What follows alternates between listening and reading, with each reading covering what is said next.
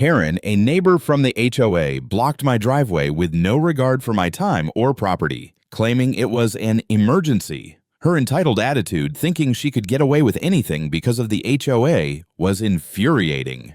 But when I made a quick call to the city tow fleet, everything turned around. In the end, justice prevailed, and Karen learned a harsh lesson in humility. Just wait until you see how it all unfolded. I had just pulled into the neighborhood after a grueling day at work. The last thing I wanted was another hassle. As I turned the corner, I saw her, Karen, standing there like she owned the entire block. And then it hit me. Her car was parked squarely in front of my driveway, blocking me from getting in. I rolled my window down, thinking maybe it was a mistake. But no. Karen was standing by her car, arms crossed, giving me that look. The one that screams, "I'm in charge here." I stopped the car and called out to her, trying to keep my tone calm. "Karen, what's going on? You're blocking my driveway." Without even a hint of hesitation, she shot back, "It's an emergency. Don't interfere." The audacity, the nerve. She didn't even try to explain, didn't even care that she was clearly in the wrong. I could feel my pulse quicken, frustration bubbling up inside me, but I kept it together, for now. I stared at her car, then back at her.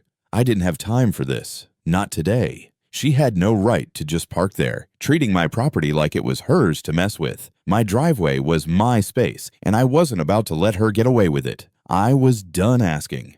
"Move your car, Karen, now!" She stood there, unmoving, as if I hadn't even spoken. The nerve of her. "I'm not moving," she said, her voice dripping with the sort of condescension only someone who thinks they're untouchable can manage. "This is an HOA emergency. I have the right to park here." An emergency? My mind reeled. Who the hell does she think she is, using the HOA as some kind of free pass to trample over other people's rights? I tried to keep my voice steady, but the irritation was already crawling under my skin. "This is my property, Karen. You can't just block my driveway. Move your car." She didn't budge, her expression hardening like stone. "I'm not going anywhere. You can call whoever you want, but I'm not moving until the emergency is over." The coldness in her eyes was almost enough to make me snap. This wasn't just about a car in the way anymore. It was about control. She knew I couldn't just let this slide, but she didn't care. She thought her HOA status gave her some sort of power over me. Then came the line I was expecting, the one that made my blood boil. "If you don't like it, I'll just call the police." I felt the heat in my chest rise, my temper starting to crack. She was so sure of herself, so arrogant, as if the law was some vague suggestion meant for everyone but her. She believed she could do whatever she wanted just because she had the HOA on her side. The self-righteousness oozing from her was infuriating. It was clear that she thought I should be intimidated, that I'd back down just because she used that card. I wanted to scream at her, but instead I forced myself to stay calm, even as every part of me screamed for justice. "You don't get to dictate what happens here, Karen," I said through gritted teeth. "I'll make sure of that." I wasn't about to let Karen get away with this. My patience had already run dry. I pulled my phone out of my pocket, my fingers shaking with frustration, but my mind was already made up. I dialed the city tow fleet without a second thought. I knew people in the department, people who owed me favors, people who understood how to deal with situations like this. The phone rang once, twice, and then someone answered. "City Tow, how can I help you?" "I need a car removed, blocked driveway, immediate tow, corner of Maple and 5th. It's urgent," I said, my voice steady now, a calm fury behind every word. There was a pause, then a response. "Got it. We'll send someone over."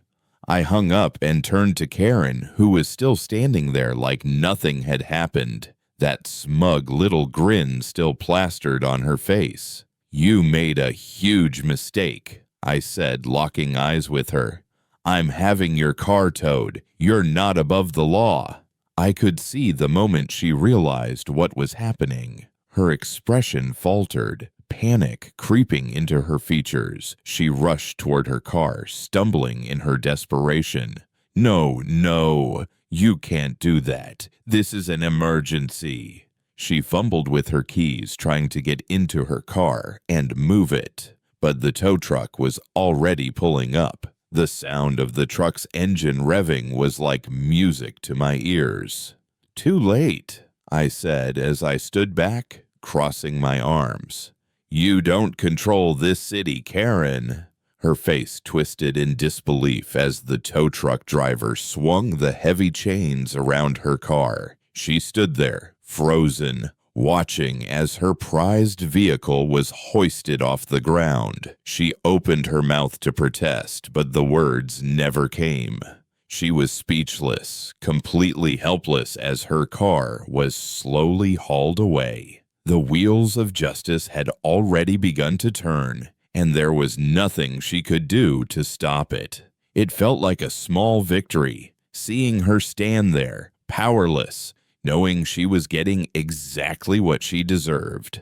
With the tow truck pulling away, the only sound that remained was the rumble of my own engine as I slowly drove forward and parked in my driveway. The once blocked space was finally mine again. Karen stood there, her face a mixture of shock and humiliation. She hadn't expected things to unfold this way. Not in a million years. The cocky attitude that had filled her moments before was gone, replaced by a stony silence. She hadn't even tried to argue anymore. It was over. I leaned back in my seat, taking a deep breath as I watched her stand there, still processing the fact that she'd just lost her battle. I felt a rush of satisfaction surge through me. For once, I didn't have to sit back and let someone like her get away with bullying others.